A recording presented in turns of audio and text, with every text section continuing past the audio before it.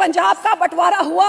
लड़ाई हमने लड़ी, देश को आजाद करने के लिए कितने बड़े सैक्रिफाइसेस दिए, और जब देश आजाद हो गया तो पंजाब के टुकड़े टुकड़े करके अलग अलग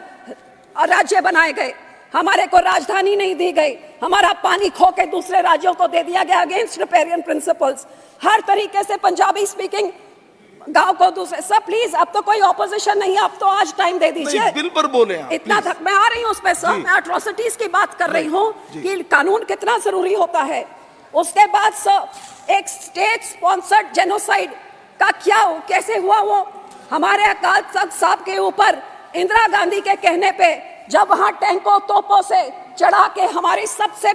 जो धार्मिक स्थान है उधर जिस तरीके से टैंकों तोपों के साथ अटैक किया गया,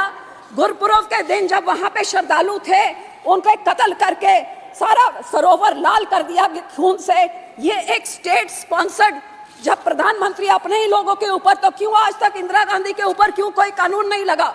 उसके बाद जब हमारे दिल्ली में 84 का जेनोसाइड हुआ सर, तो कितने हमारे सिख लोग के कत्लेआम शरेआम हुआ, सारा देश जानता है ये कांग्रेस की देन। आपको हैरानी होगी, एक एफआईआर, सिर्फ एक एफआईआर दर्ज हुआ, तो क्यों आज 40 साल होने के बाद आज भी हमें तो कोई जस्टिस नहीं मिला। आपके इस नए कानून में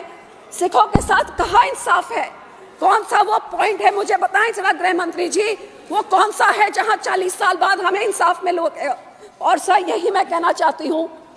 कि हमारे सिखों के जब धार्मिक स्थानों पे अटैक हुआ, हमारे कत्लेआम हुए, कोई वहां पे किसी को सजा नहीं मिली, कोई एफआईआर नहीं लगाई गई, कोई हमारे बहनों के साथ जो रेप हुआ कोई हमारी सुनवाई जब कहीं नहीं हुई। और इसी तरह पंजाब में जब हजारों नौजवानों को,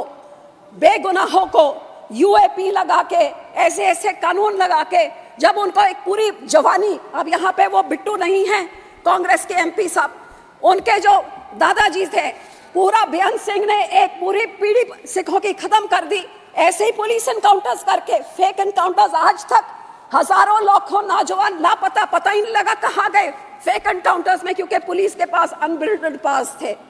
तो इस तरह के विदाउट चेक्स एंड बैलेंसेस बाहर कितना बड़ा नुकसान कर सकता है, ये हमें पंजाबियों में देखा। और सर जब ऐसे हालात थे, जब नौजवानों को मारा जा रहा था पुलिस से, कल क्यों आपको हैरानी होगी, कल की कहानी, एक ऐसी लेडी